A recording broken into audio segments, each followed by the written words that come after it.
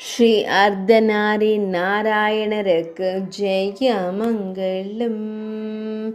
நாயகியான தேவி லக்ஷ்மியுடன் இணைந்து ஓர் உடலாய் திருக்காட்சி தந்தருளும் அர்த்தநாரி மூர்த்திக்கு சுபமங்களம்.